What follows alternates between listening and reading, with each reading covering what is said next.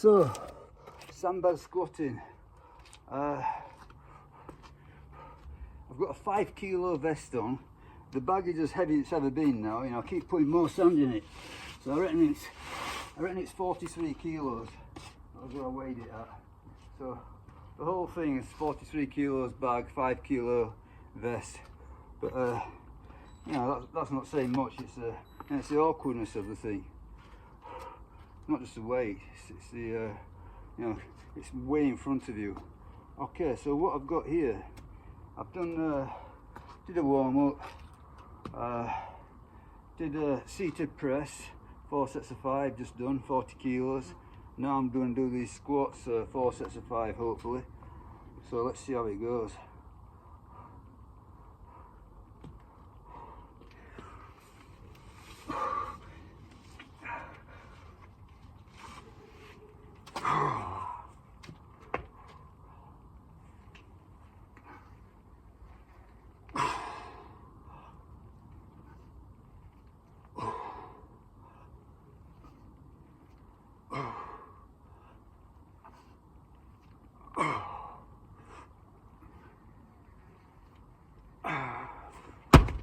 Okay.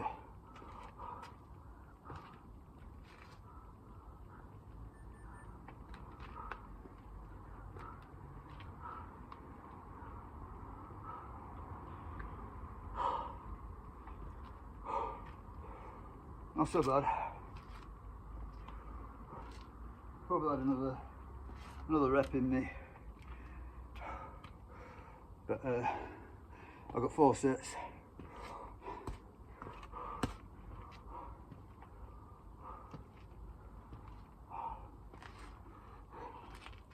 Oh, it definitely sends the heart rate up.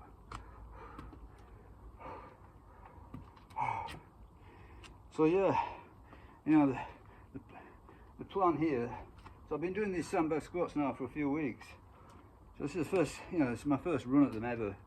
And I think they're great. You know, the actual movement feels great. It doesn't feel you don't feel clunky or stiff or, you know, it doesn't feel like a barbell back squat where I feel that I'm struggling to maintain postures and etc, etc. You know, this feels really good. It feels really natural. You know, best, you know, definitely, you know, fallen for sandbag squatting for sure. But the problem is you know, the sandbag, you can't calibrate it like a barbell. You know, barbell you can sort of like you know, you've got pretty much exact control over all the conditions, you know, the weight, the reps, everything. This, you know, there's only so much sand you can put into a bag, and I've only got 2 bags, and the second bag is enormous. And it's just you know, it's a bridge too far at this moment in time. I put 8 kilos in it, and it's just too much, and I don't want to take any sand out. So what I'm doing, which I think is probably going to work, is sandbag and weighted vest at the same time. So I have got various weighted vests, and I can simply go up in weighted vests over time. So today it's 4 sets of 5. So next session will be 5 sets of 5 hopefully. I think it will be. So sometime during the week it'll be 5 sets of 5. Probably on Thursday I've got penciled in. I mean, it might be Wednesday or Thursday, it depends how the running goes. I never exactly know how the running's going to go. And then after that I drop down to 4 sets of 4, so I'll probably use a 10 kilo vest. Okay, so let's get another set of 5 with this setup.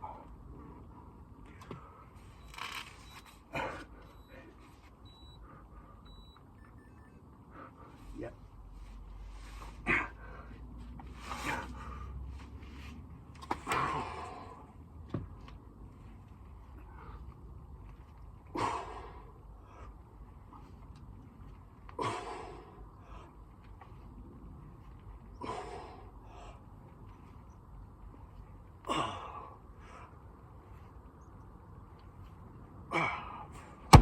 Nice pose at the bottom. So I like doing that pause at the bottom. Makes me feel like I've got a full rep in for sure.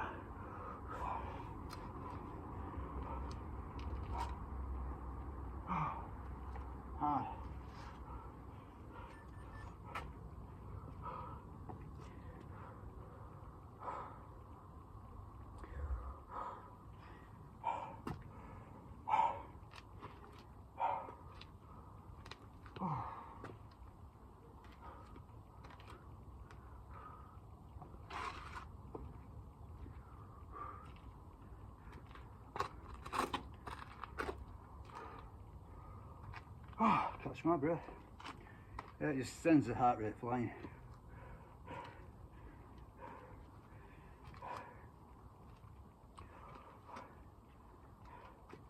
But you know, I know a lot of people claim that all you need for cardio is weight training. Well, I'm going to say it's going to give you something. I wouldn't say it was totally wrong, but in my understanding, it is very, very difficult to find the upper limit of benefit for cardio. So, you know, the practical reality is, the more the better. Now, that doesn't mean that you can simply, you know, do 100-mile weeks off the bat. No, you got to be very, very careful with it. It can really wreck you. You know, you got to very, very slow with the build up in distances and you know, time spent in cardio. And obviously, there are various ways to do cardio.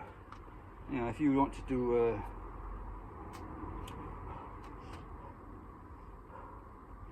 I don't know, you know, squats for cardio. I suppose you could conceivably do hundreds of squats, bodyweight squats, and get a very, very good cardio effect. But to me, that sounds like purgatory. But yeah, you know, just, you know, as I understand it anyway, you know, the reality is that, you know, not all heart rate is the same. So anything that suddenly spikes your heart rate up, it's not the same as doing, you know, continuous, you know, long traditional cardio. It's a different effect.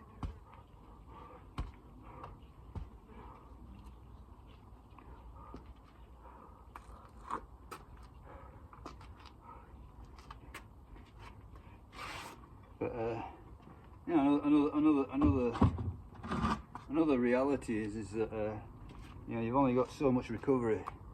So if you're really wanting to get strong, you know, cardio is not going to help you at all. It's going to hold you back. But if you want to get healthy, cardio is a very good friend.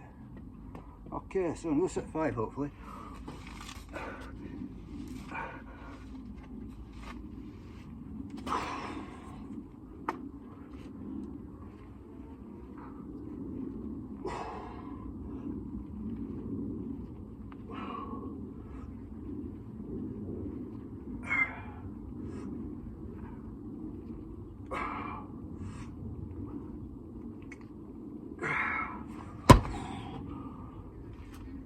Press the button.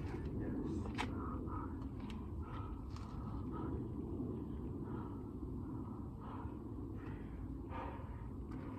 Get in there. So I wouldn't say this was too difficult to do. This bit, the squatting. So, oh, no doubt it's effective. You know, it's going to serve as a step to the next step, which is a 10 kilo vest.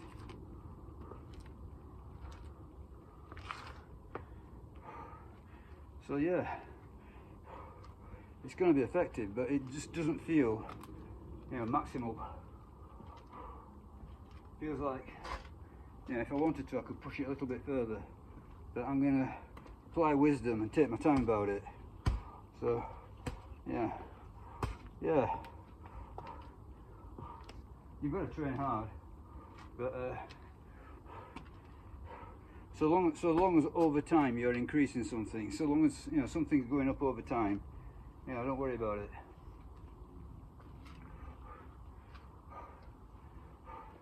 So I say I've only been doing these squats for a couple of weeks, and I've added a lot more sand into the bag. I'm now progressed onto the weight vest, so it's going in the right direction.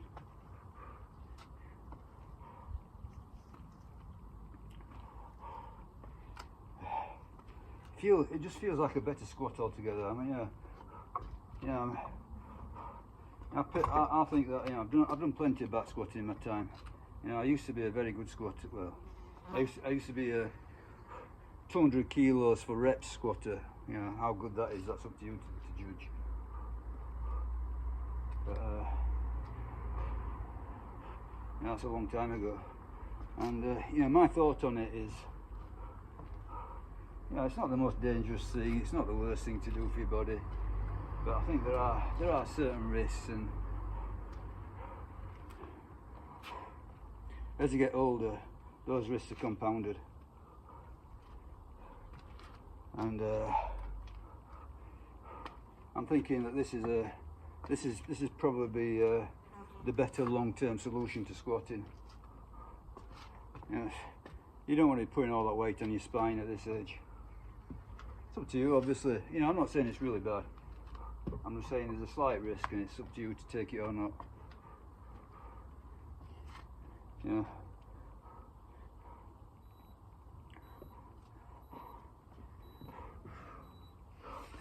Come on then.